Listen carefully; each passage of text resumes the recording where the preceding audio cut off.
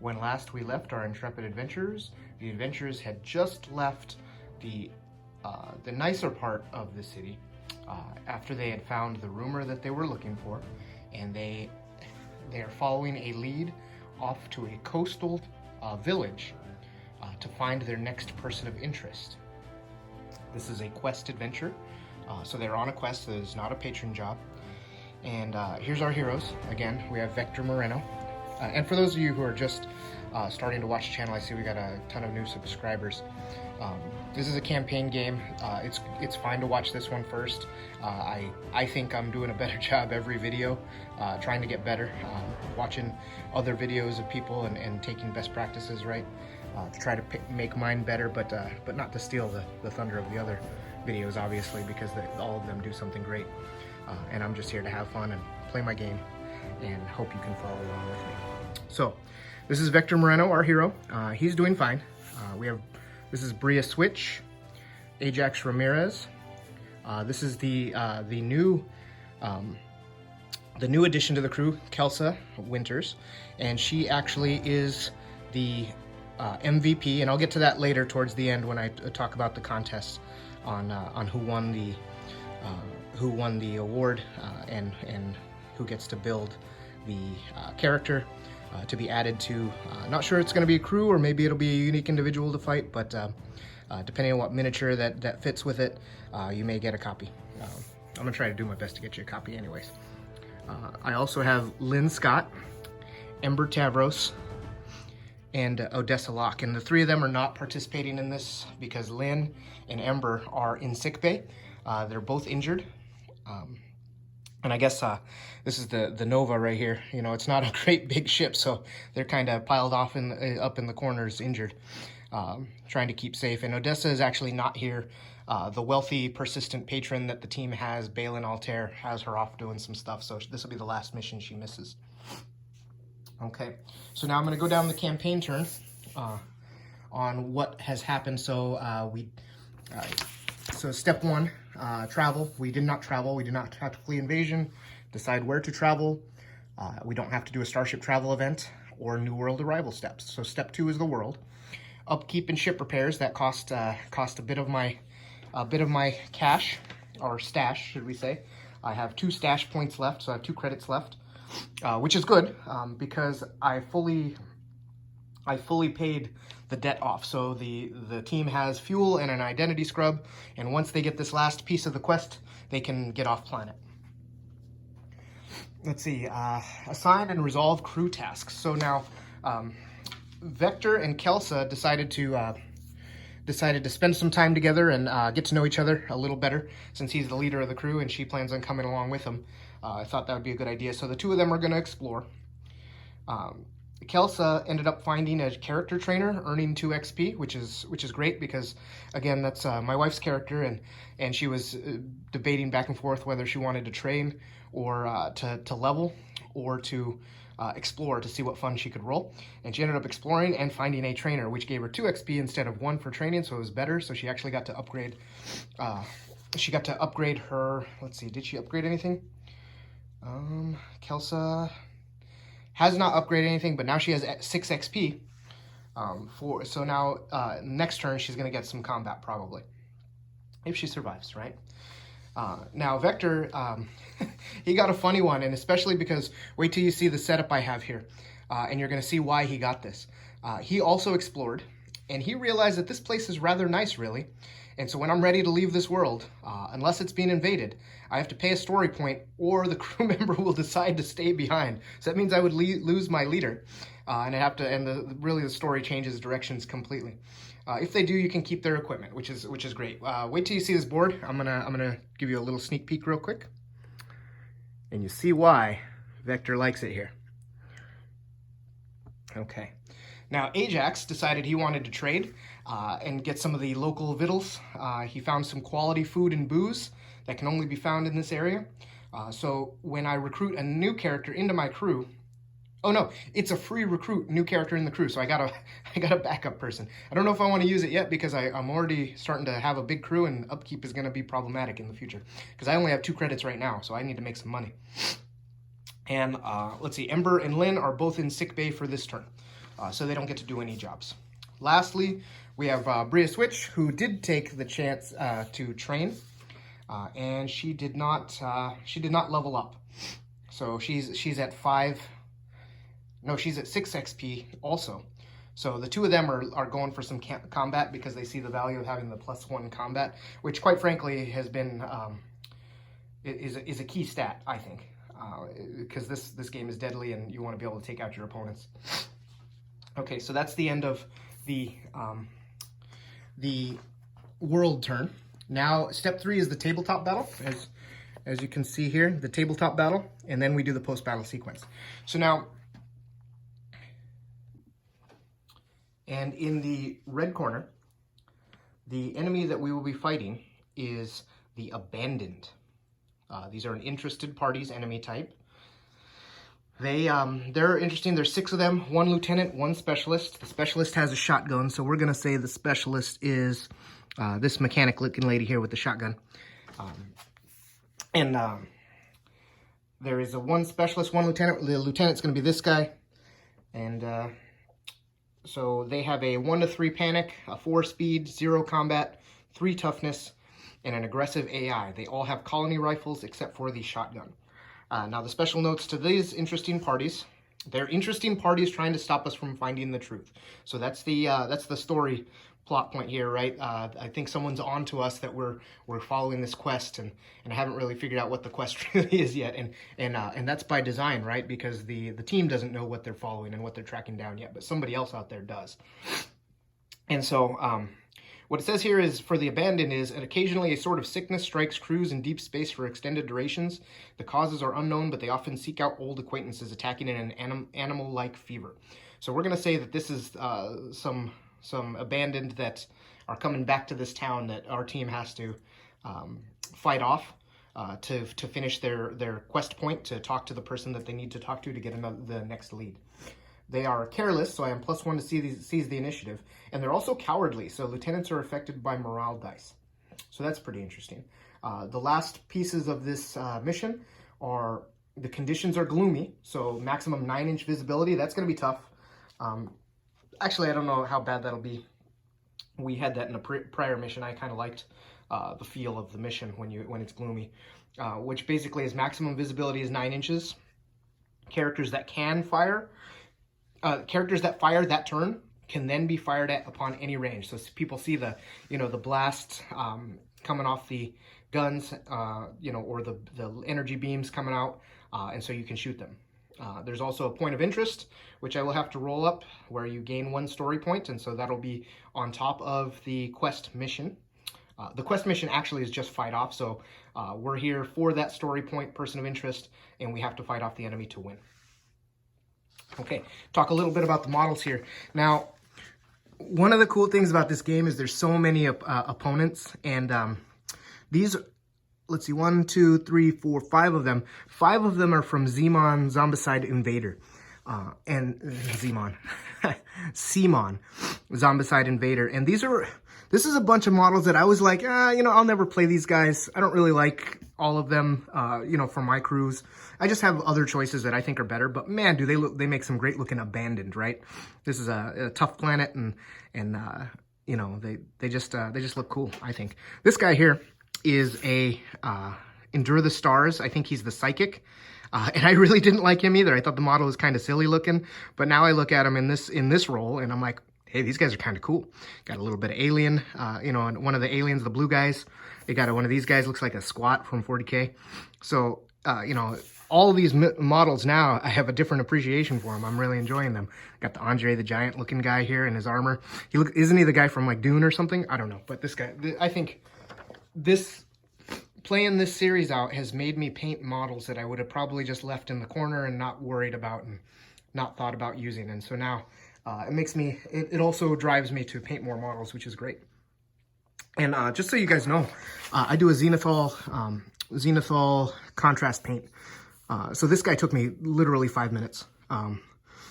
You spray them black, you zenithal them, and this is not even airbrush zenithal, which I do now have an airbrush and zenithal with airbrush. This is just a rattle can zenithal. So, and then a couple, I think, 3, 4 colors on it. It's quick and easy, and I think the guy looks pretty cool. and he's going to be the leader. So, okay, so this coastline table is our setup. Okay, so the enemy, they rolled this corner as they're starting, so they're going to be coming through the woods here.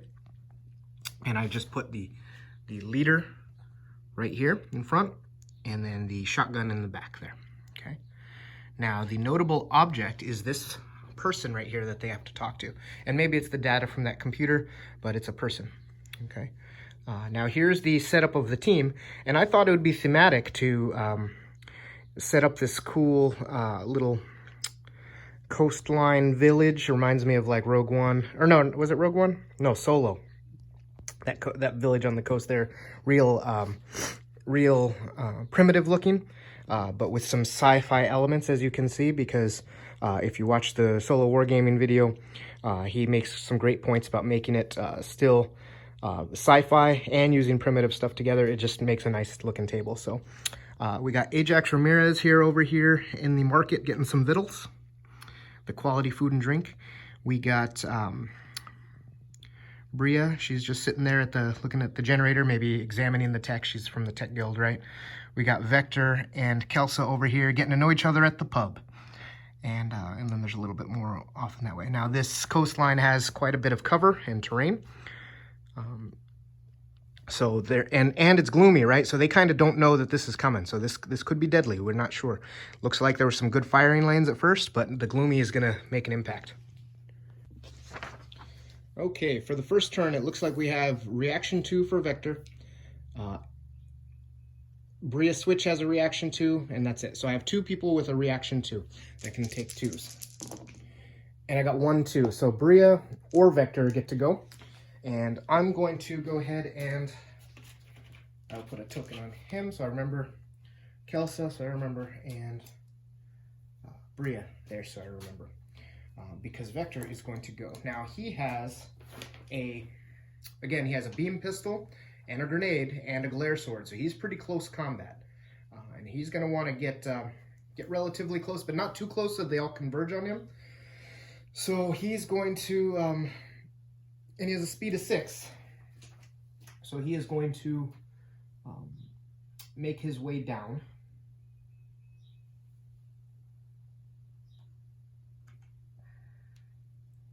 Then he's going to hop into the water. 1 right there. And he's not going to shoot. He's just, maybe he's gaining a better position, right? I wish there was a hide or something in this game, a way I could hide my character so he could ambush them. That'd be pretty cool. But now, it is the enemy's turn. Okay, now for the opponent's turn, they have an aggressive AI. So if they have someone in sight, which they do not, again, only 9-inch range is gloomy. So they will, within 12, let's see. Enemies that are unable to see any opposition will advance as fast as possible towards the nearest opponent attempting to enter into brawl. They will not enter a brawl with an opponent that has a higher combat score, but they don't know that yet. Right now they only, maybe someone has a blip on a readout on one of their little tracking devices, and they see Vector as the closest. So they're going to move towards Vector, and they are going to move full. There's no heavy weapons. So everybody is going to move their full 4. And as I learned, they can dash. So they're going to move 4. And they're supposed to go in a straight line. So let's see. So a total of 6. So she would go 3, but she's going to be smarter and go 1, 2. 1, 2, 3, 4. So shotgunner right here. This guy's going to, he's going to go 1 and then 2.5. So he's going to get halfway through the woods there. I think they're all going to kind of do something similar. So 3 inches through the woods, 3 inches through the woods, 3 inches through the woods. They have they have the opportunity to go under cover of darkness. This guy, not going to count the notable object as a person, but I still think, yeah, he's shortest, so he's going to now go this way. He's going to go 1 inch there, and then no, he would go. He can skirt along the edge there and actually get. He's gonna be smart and not stumble through the area terrain. So this is what they look like at this moment. Put that back on there. Okay, and that's the end of their turn. Okay, so for the first turn for the heroes, Bria Switch has a movement of 4. I'm gonna cut that down as she realizes the notable person she was here to talk to. They hadn't gotten around to talking to her, but they realize, hey, someone's out there. Maybe they got a ping from the ship, and Lynn, who's injured there, heard it and called out on their comm bead. So she's gonna make a little dashing run 2 inches over here, like through the surf, and she's like, got to get this, wants to help and make sure that she gets this person to safety. Okay. Now, Ajax would be next. He wants to probably come get a good firing position as well. So he's going to, he has a movement of combat of speed of 5. I think he's probably gonna start heading over. I mean, he doesn't know what Vector's doing right now, so he's going to go 5, and then 6 will be his 6-7 as he jumps into the surf too, to try to get good fighting positions, because they don't want to fight the battle on this peaceful village. Now Kelsa has a hand cannon, and she sees Vector leap off the edge there, or head down. She's gonna start heading down too. So she's gonna go 1, 2, 3, 4, 5, and she has 2 inches of movement now. Now she just realized that she's kind of out in the open, so she's actually not gonna do that. She's gonna go 1, 2, 3, 4, and she's gonna take some cover here. You know what? That's tough. 4, 5, 6, and then 6.5, 7. So she's gonna try to, I mean, she's gonna be in the water, so I'm gonna give her some cover anyways, because it's hard to shoot someone when you're only seeing the top half of their body. So she's good there. So that is the hero's turn. So next phase, there is no panic phase, so we don't have to worry about panic. And so we get to roll again. So let me take all these little tokens off. Make sure. All right, turn 2.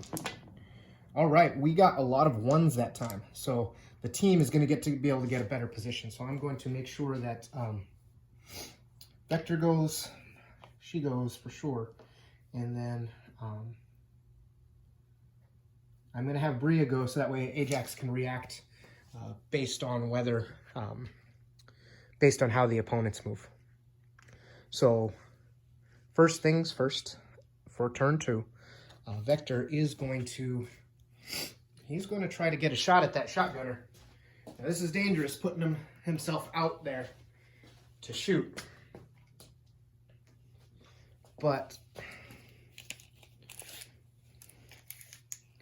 to see her, he needs to get here. He's probably not going to get a shot. However, if he moves here, he's going to snap fire if he sees someone come into range. So if he sees someone come to right about there, he's going to get a shot with his beam pistol. And nobody can shoot him right now, so it's actually not a bad plan. Seeing what he's doing,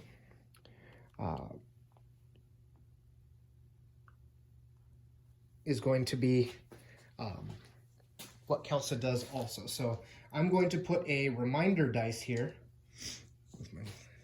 So I know that these guys are on Overwatch and can snap fire.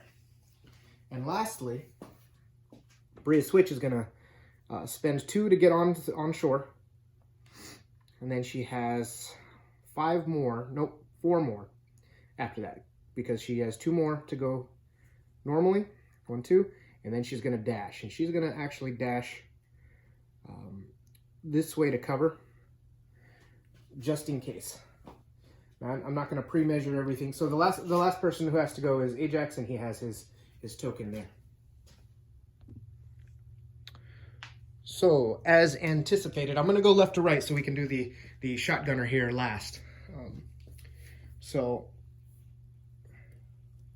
15 inches and 14 inches. So, for the leader here, Andre, the closest opponent is actually Kelsa Winters. So he is going to move his 4. Oh, okay. So he is, well, there's still nobody in sight because sight is only 8 inches. So he's going to move as fast as possible towards the nearest opponent. So he is still going to go 1, 2, 3, 4. Now, if he could see, which he cannot, he would shoot. So he's short of seeing her. So he doesn't realize she's there. So he's going to keep going. But what that does do is bring him to within snapfire range. And not only that, he brings him into within hand cannon range, which is fantastic. Now, she needs a 5 to hit because she has a +0 to combat. And this is a pretty important shot. There's no cover, but she is going to get a shot. And she rolls a 4. I am going to, I actually really want her to hit, and I'm going to use my campaign of automatically making that a hit. No, I'll use a story point. I'll use 1 story point. I have a lot of those. Let's see for sure how many I actually have. Now, I still have 12 story points because I've been saving them up, and I've been trying not to use them, so I'm going to go ahead and re-roll that. And I still got a 4, so the dice always know. I shouldn't even have done that. So let me mark off my story point.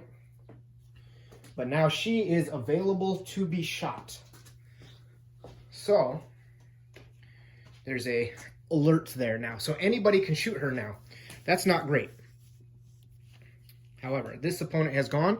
And since we're going left to right, this next one will move 2 inches directly towards, staying in cover, so to there.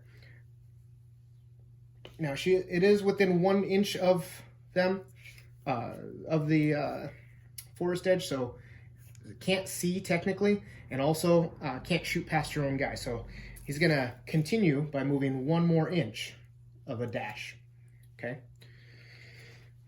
And let's see, this enemy also cannot see yet, so he's going to move the full 6 inches, 3 inches through the terrain.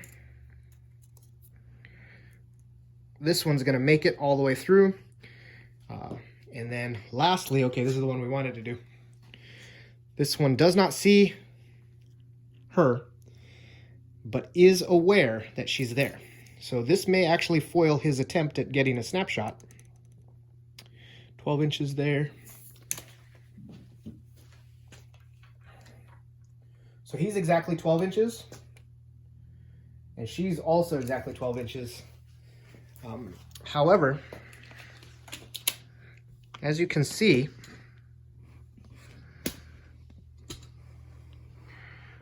there's no one visible. So I think she's going to still, I mean, she knows that he's there. There's still no range, but she knows someone's here, so she's going to continue on. So she's in the dark. She cannot see, so she is going to move her 4. Now she can see. But as soon as she gets in there, Vector, who is now 9 inches away, is going to take his shot. Now she's in the open, so he needs a 5. Okay, so his combat is +2. Normally in the open, you'd need a 5. So he needs a 3+. And that's going to be a 6. And to wound, did you not see that? That's a 3. So the toughness of these is it 4 or is it 3? Oh wow, these guys are even worse than the Brat Gangers. So they have no armor save. I forgot to do a seize the initiative, dang it.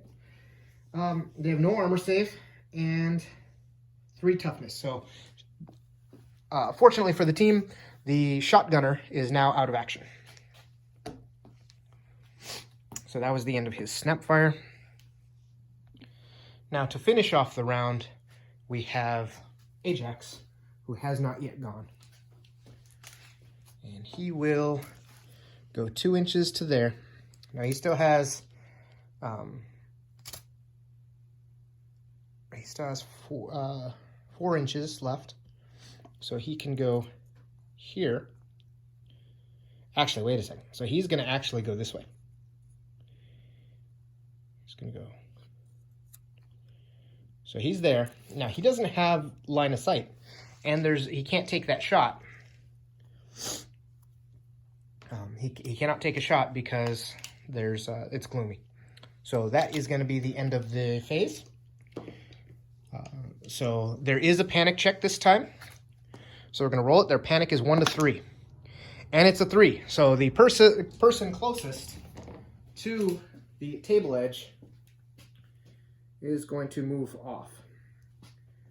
Now, thought I saw something where they actually are supposed to run off and take their time to get off. I'm just pulling them off right now because I don't have my iPad with me, so I'm trying to go off memory. Please forgive me. Okay, turn 3. So there were two opponents lost that turn. That really evens the score. And that was because Vector got his snapshot fire off and killed the shotgunner, which forced the person behind the shotgunner to be like, nope, not happening. I'm out. I still have 4 people on board, and this time only 1, 2. So this is going to be hard, actually. So where do we put our 2? Only Bria can use it, which I'm not going to do that, or Vector can use that. So Vector is going to use it. So he is going to go 1, 2, 3, 4. He still has 2 movement, but he's probably not going to want to get out of cover right now, especially because he can. Oh wow! Wait a second. He is about a ½ inch short, so he has to move the extra one up against this rock. That's not going to help him. So he's actually. Oh boy. Yeah, he's gonna take the shot. He's gonna move this way to give himself cover if anybody comes around this corner. So he's kind of out in the open, but he's gonna use this corner here as his cover, but make it so that guy doesn't have cover. Now, has to be within 8, and he has a shot. So now he has his beam pistol. Again, needs a 3, 4, 5, or 6. Ooh, and that's a 1. You know, I'm just gonna let it happen. This is probably where I hurt myself by letting it happen. Okay, so they all get to go. They got their little markers, and now it's the opponent's turn. So the first opponent has 2 options. He has Kelsa Winters right there. Can see her, right? So within 9, but behind hard cover. And then this guy shoots. He has looks like Vector has no cover. He has cover from them, but not from this first guy. And so aggressively, he's going to move half towards them, attempting to remain in cover if possible, up to half. So 1, 2, 3, 4. So he's going to actually move up to here to get cover and then try to shoot Vector. Now Vector is only 5 inches away now, so he's going to need a 3 or better to hit him. So this could be bad. Will not enter a brawl with him. And okay, so, and what kind of weapon does have? The leader has a colony rifle and a blade. Colony rifles are pretty terrible. They're just a 1 shot with +0 to damage. So 1 shot, that's going to hit. Roll the wound, and that's going to be a deadly wound. But the combat armor saves him. First time I remembered my save, and it works out for me. So Vector is still hit. I'm not sure if he gets a stun from the combat armor, but I'm going to say he does. Or if the combat armor saves, I have to check that. I don't have my rule book with me, but I have to check to see if it saves. And feel free to post that in the comments. Be like, you know, he has a combat armor save does not give you a stun, but right now he has a stun, so that's okay. I will take that as the outcome of this for now. The next one will also go towards him, so it's going to be 2 inches there, 2 inches there. So that's the end of their 4 movement. They have 2 more movement. Cannot see him, but can see Bria except for it's in the dark, so no, she can't. Okay, so we're just going to move 2 more movement towards the closest, which would be towards him, so would actually be going to there. We're going to just go there. We'll see what happens afterwards. This guy is going to go 1, 2, 3, 4, 5. Because, again, cannot see anybody, so 6. Oops. So now we're going to see if... Oh, and within range of Bria. So they can shoot each other now. But since he dashed to get that far, he doesn't get to shoot. And then lastly, this guy's going to take 2 inches to get out of the woods. So now he has 2 more inches. And he is going to run up because he's aggressive. And we're going to check to see if they see each other. That looks like a big yes. So, first time someone's going to be able to shoot at Bria. Now, they have a +0 combat, and she's in cover, so it's a 6. That's a 1, so that's not going to hit. So she's okay. All right, that's the end of these guys. And now it's the team. So, Bria... Did I keep saying Bria? Why did I keep saying Bria? I'm so used to that. So, Kelsa Winters. Bria and Kelsa, it's close. Kelsa's going to peek around here. And she's going to take a hand cannon shot at the leader. So she needs a 3 or better. And that is a 1. So she's going to miss. And let's see then. Ooh, who shot? This guy shot, right? Yes, he did. Guess who has range on him now? A snipery needle rifle from Ajax Ramirez. So let me put that marker just in case to remind myself in case that guy does survive. Let's see. Bria also is gets a shot. Actually, I don't think that carries over to this turn because that's... No, I'm going to say they carry over. So until their next activation, I think that's how you're supposed to play it. So range on this one. Can't shoot this one even if he kills with 1 shot because even though he's within 3 inches with his 2 shots, this one has not fired, so this one's still gloomy and in the dark. So we're just going to take 2 shots at the blue. Oh, boy. Okay, so I rolled double 1s. However, and he did not aim, but he has that blast visor, so guess what? The combat visor. So he gets to re-roll both of those. I'll take it. And he still gets another 1. But he did hit with 1, so needs a 3 or better. That's going to be a 4, so that is going to take out this guy. So that is 1 casualty this turn.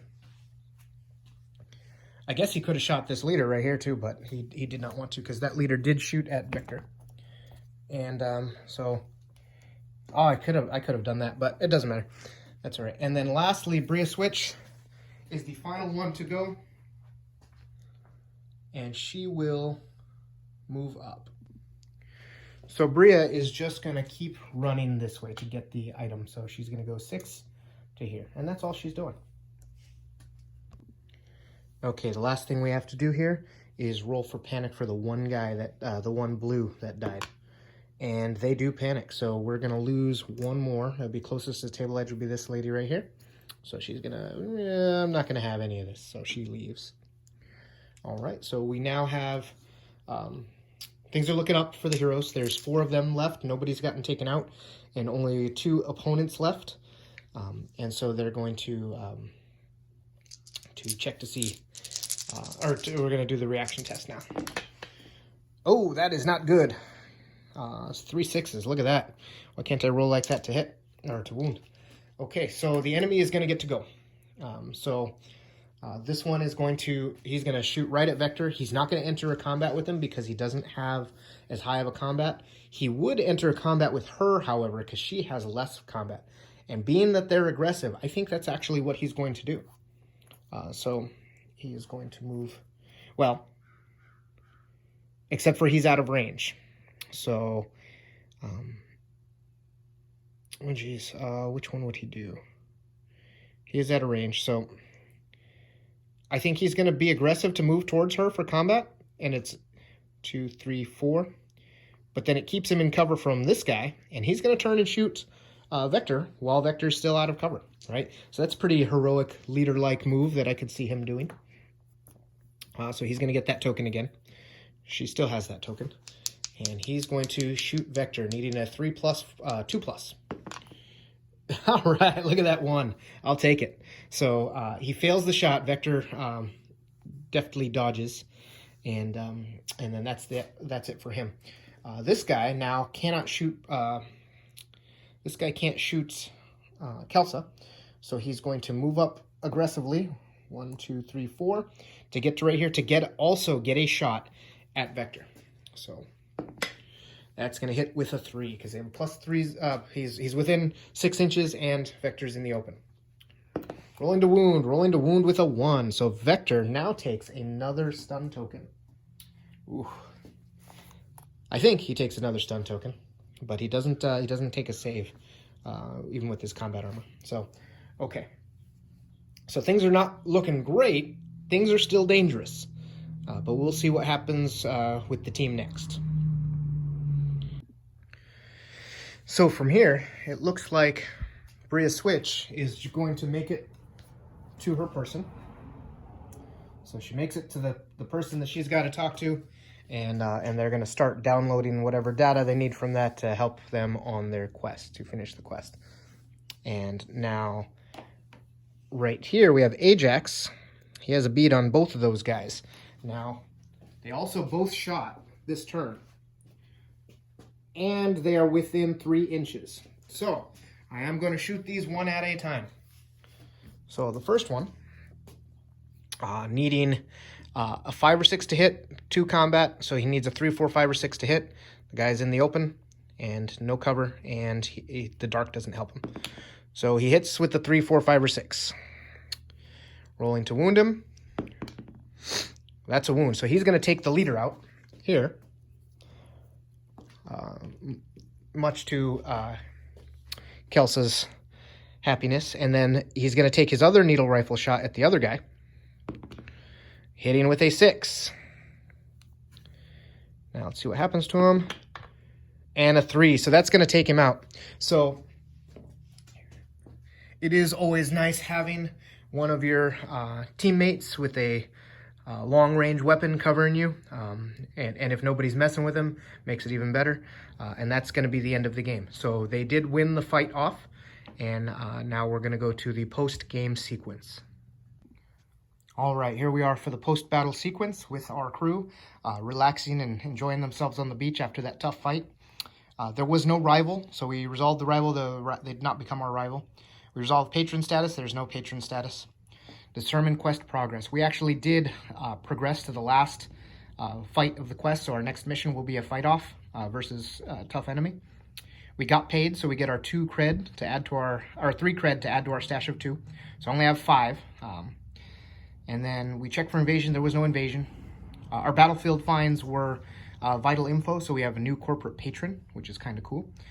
There was the gather the loot. We found 2 damaged weapons, a blast rifle and a shell gun, which is like a grenade launcher, which I'm excited about. There was a couple of experience upgrades. Vector went up to 3 combat, which is pretty darn impressive. That's tough. I'm really boosting his combat because I really want him to be decent with the glare sword of his, because combat's deadly, and I want to be able to have a better combat to just keep him alive. The best defense is a good offense, right? If you can kill the opponent in hand-to-hand combat, you're not the one taking hits usually. As you've seen, sometimes you get crit hit anyways. But anyways, let's see. Ajax went up to toughness 5. And Kelsa went up to combat 1, and then Bria Switch went up to savvy 3, which is really cool. Savvy 3, she's my pilot, she's my tech, she's got a good savvy now, and so she's probably, you know, as you'll see in the next adventure, she's pretty much going to be the one fixing all the gear all the time. So that's what she does. So I rolled for the campaign event. The campaign event was the same that I got last time, where you settle old business. You do not get rid of I don't have any rivals to get rid of, so I just get +1 XP for Vector, which helped him get to his combat 3. And then the character event was, this one's really cool. The character event is Ajax Ajax Ramirez was rolled as the character, and he gets a letter from home.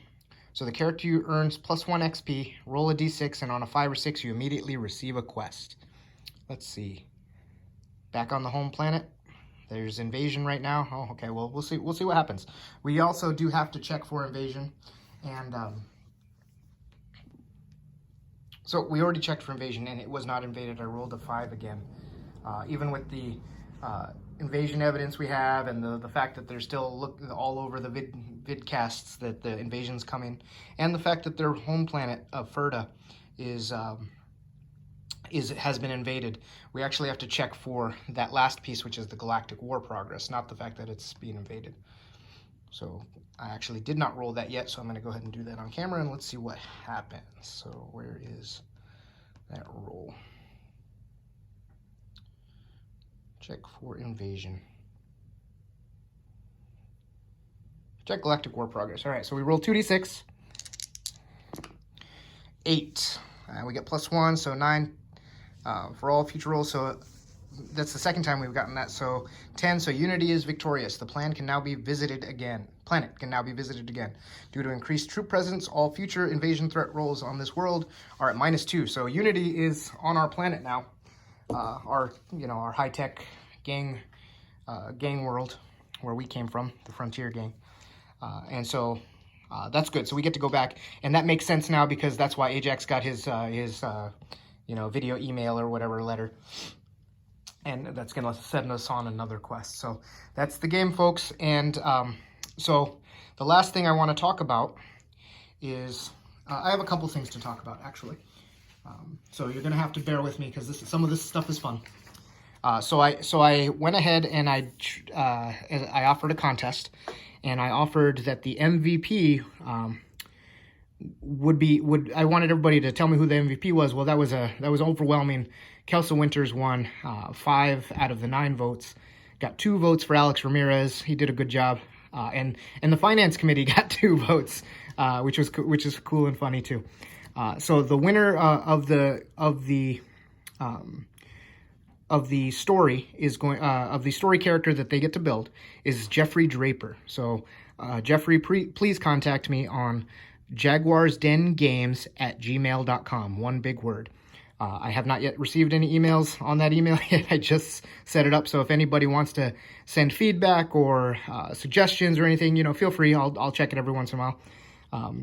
I can't promise anything. I have too many work emails already. But Jeff, go ahead and go ahead and roll up the character, send it to me, and then roll up a little backstory. I think like not a half page, just a paragraph or something. As much or as little as you want. If it's very little, I'll make stuff up, and if it's a lot, maybe I might have to trim it down, but maybe not. Who knows? And we'll see if it's a character that gets to play in the mission, or if it's a unique individual that it could be anything, right? I just want to get them in the story. And speaking of story, the last piece of this, I have something else to show you. Okay, so some people are very good at making story. In fact, one of my favorite videos out there tells the story of Jake Mandrake for Solo Wargaming. So creative. I'm not a creative guy, so I have to have a workaround, right? And I wanted to show you what I'm doing for this. I'm not going to give you any spoilers, so I'm not going to tell you what I pulled up, but I'm a guy who likes to do a lot of Kickstarters. This is one that I don't know if you've ever gotten a chance to check this out. The Story Engine by Peter Tchaikovsky. Okay, so this has some amazing story prompts. I'm going to show you how it works. 2 seconds of it, right? And for this story, I used the sci-fi and the which one? Where's the other one? And Circuits and Cybernetics, which is the cyberpunk. So I mixed these two together to do to create my story. So I know what's going on back behind the scenes, and it's playing out really cool. So I'm gonna show you what you do. You get like an agent, right? This is a generic one. This is not a flavored one. So say you pick an agent card, you pick a engine card, you pick an anchor card, you pick a conflict card, and you picked an aspect card. Now I picked 2 of these for this story, which is kind of cool. So the agent right here, you could say, okay, well, to find this one, I like the idea of an oracle, right? You could be like, oracle wants to store their memory of who, of what? an anchor, a statue, right? Okay, maybe this one's not great to show, but they do not meet the terms of the prophecy, right? And the aspect is, it is a vindictive, oracle. So, it's just writing prompts. I got it for the finance committee because she likes to write stories, and we have a hard time, thinking of what stories to write. She likes to write the detail, but creating the story itself is difficult for both of us. And so for this, I got this Kickstarter. It's not expensive. Go check it out. See if you can do it. But you're gonna, at the end of this, I am going to show you how I built it. At the end of this, I'm probably gonna do this episode series will probably be another 2 or 3 episodes, and then I'm probably either gonna move on to another game, or move on to the black and the red, to the black and the red missions, and so I'm just going to see how it goes. But there is an overarching story, so I keep dropping hints about Balin Altair, and he is one of the people, because I pulled multiple agents, multiple story points, multiple triggers, and it's actually going to determine where I go next, which is kind of cool. So I just wanted to share that with you. I hope you enjoyed my videos. Once again, jaguarsdengames@gmail.com. If you can, like and subscribe. If you enjoy my videos, please give feedback in the comments. I love hearing your feedback, and I want to make my videos better so that way you guys enjoy them and watch them with me. But at the end of the day, this is all about documenting my fun and having a good time. And so, well, thank you for joining me.